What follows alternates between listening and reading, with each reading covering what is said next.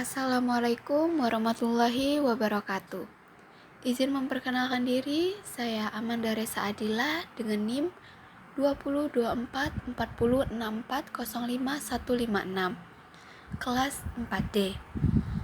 Di sini saya akan menjelaskan kembali mengenai materi Azure dalam mata kuliah media pembelajaran berbasis ICT. Tanpa menunggu lama lagi, jadi model Azure adalah langkah-langkah yang membantu guru merancang pembelajaran secara sistematis agar lebih efektif, menarik, dan sesuai dengan kebutuhan siswa.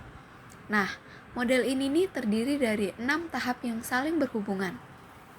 Yang pertama, analisis learners, yaitu menganalisis murid. Pada tahap ini, guru harus benar-benar memahami siapa siswanya. Ini penting karena setiap siswa itu kan berbeda. Nah, hal yang perlu dianalisis yaitu seperti usia dan tingkat kelasnya, kemampuan awal, gaya belajarnya. Nah, gaya belajar itu terdiri dari 3, yaitu visual, auditory, dan kinestetik. Yang terakhir adalah karakteristik umum. Karakteristik umum itu seperti kayak apakah dia aktif atau pasif, terus juga dia kira-kira dalam pembelajaran ini dia tuh cepat bosan atau tidak gitu kan. Nah, contohnya guru kelas 4 SD ingin mengajar matematika tentang pecahan. Setelah dianalisis ternyata banyak siswa yang masih bingung dengan konsep dasar pecahan, atau siswa lebih mudah paham jika menggunakan gambar atau benda nyata. Makanya guru itu nggak bisa langsung memberi soal sulit, tapi harus mulai dari contoh konkret. Yang kedua, state objektif atau menunjukkan tujuan pembelajaran. Guru harus menentukan tujuan pembelajaran yang jelas, spesifik, dan bisa diukur. Tujuannya biasanya mencakup apa yang harus dipelajari siswa, beberapa baik mereka harus menguasai, dan dalam kondisi seperti apa. Nah, contohnya itu setelah pembelajaran, siswa dapat menjelaskan konsep pecahan dan menyelesaikan minimal 4 dari 5 soal yang benar. Artinya, tujuan tidak boleh terlalu umum seperti siswa memahami pecahan, tapi harus jelas dan terukur.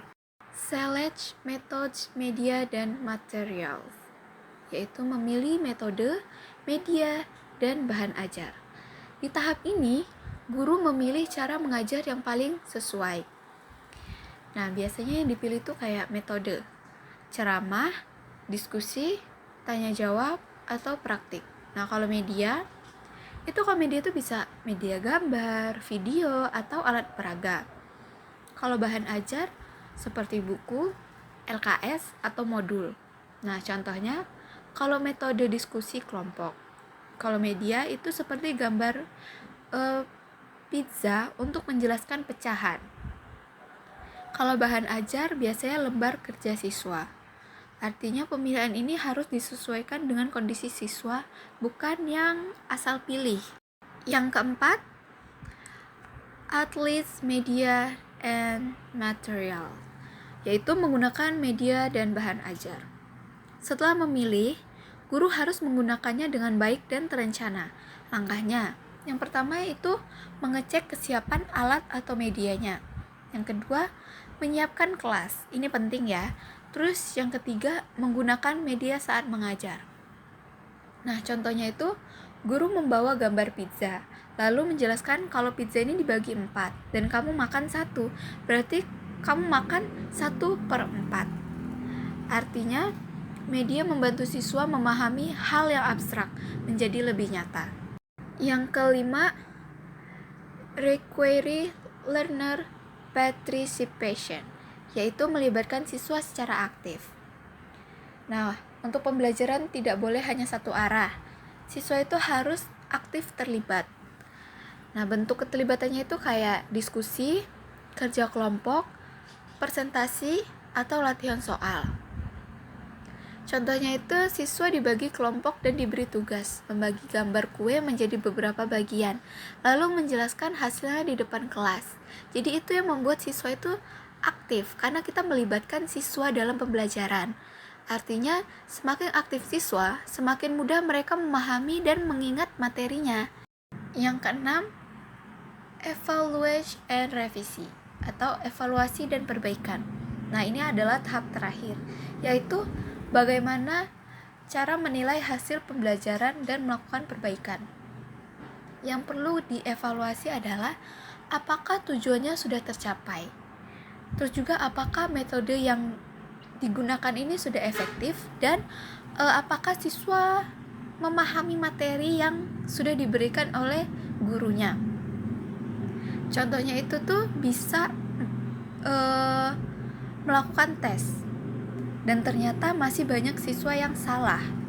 Guru menyadari seperti penjelasannya itu mungkin terlalu cepat atau kurang. Untuk perbaikannya, di pertemuan berikutnya, guru bisa menggunakan lebih banyak contoh dan latihan. Kesimpulannya, model Azure membantu guru mengajar secara terencana, sistematis, dan efektif karena dimulai dari memahami siswa, menentukan tujuan yang jelas, memilih metode dan media yang tepat, melibatkan siswa secara aktif, dan diakhiri dengan evaluasi serta perbaikan. Intinya, dengan Azure, pembelajaran jadi tidak asal mengajar, tetapi benar-benar disesuaikan dengan kebutuhan siswa sehingga hasil belajarnya ini bisa lebih maksimal.